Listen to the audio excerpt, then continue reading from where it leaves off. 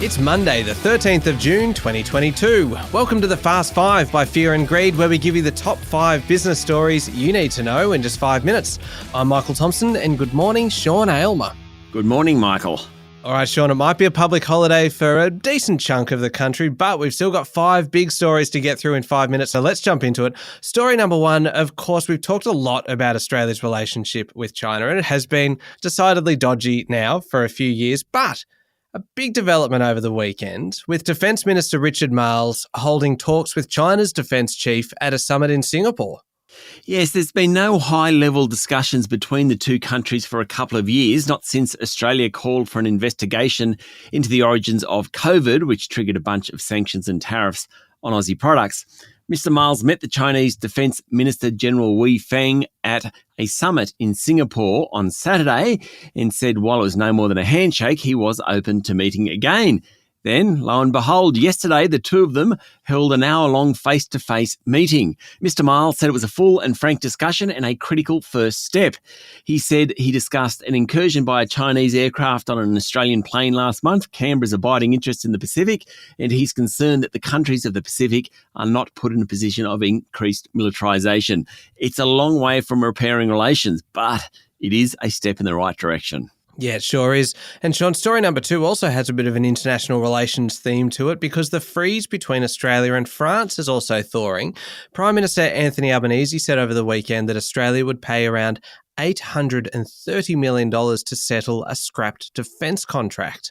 Yes, remember former Prime Minister Scott Morrison dumped the French contract, preferring nuclear-powered subs to be built by the Americans and the British. French officials over the weekend said the election of Mr Albanese and re-election of Emmanuel Macron as President of France provides an opportunity for the two countries to work more closely. The total cost of the decision to dump the $90 billion contract with the French naval group has come in at $3.4 billion, better than the initial expectation of $5.5 billion. But still, $3.4 billion of taxpayer funds is a lot of money. Yeah, it sure is.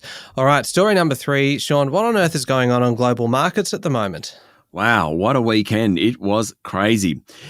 Wall Street, let's start there. After the release of higher than expected inflation figures for the world's biggest economy, the consumer price index jumped 8.6%. Markets tumbled. Nasdaq was off 3.5%. The S&P 500 closed down 3%. Now, the US Federal Reserve meets this week. It's expected to lift interest rates, particularly given that inflation hit a new 40-year high last month. It wasn't just Wall Street that's selling off also. European markets fell by almost 3%, led by the big banks. Most of the cryptocurrencies are dropping as well. Bitcoin fell to $27,000 a unit, or just over $27,000 a unit over the weekend. That was a 1-month low. Ether, Dogecoin, Avalanche, they all fell hard too. And the Aussie dollar's dropping too. It's currently trading around 70.5 US cents, down from 72 US cents just a few days ago.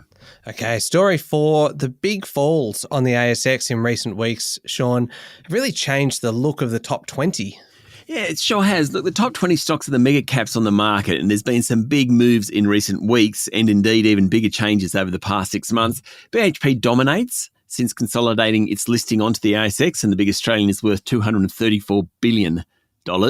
It towers over the former largest company, Commonwealth Bank, which is worth $160 billion. The only other company worth over $100 billion is CSL at $131 billion. Beyond those top 3, there's been a real rearranging of stocks. ANZ has gone from the 6th largest company a few months back to 9. Macquarie Group, Woodside Energy and Fortescue Metals are now all bigger than ANZ. The other company to really slide down the rankings has been Wesfarmers, which is now the 10th largest company worth $50 billion. The two companies now in the top 20 that weren't there a few months ago are energy giant Santos and diversified miner South32. The latter's been the real standout performer among the mega caps thanks to rising commodity prices. And final story this morning, Sean, story number 5.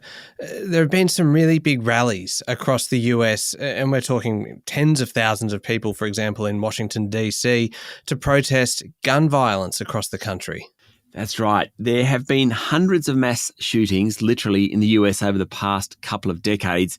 In the past 6 weeks, 10 people were killed in a Buffalo supermarket and 19 school children and 2 teachers were killed in an elementary school in Texas. The protesters are calling to limit the use of military-style weapons that have been used in many of the shootings, something that President Joe Biden has also called for. But it is actually unlikely with much of conservative America against any such legislation. All right. There we go. The top 5 business stories in 5 minutes. Thank you, Sean. Thank you, Michael. It's Monday, the 13th of June, 2022. Remember to hit follow on the podcast. And if 5 minutes isn't quite enough for you, you can find our longer daily show called Fear and Greed on your podcast platform. I'm Michael Thompson, and that was the Fast 5 by Fear and Greed. Have a great day.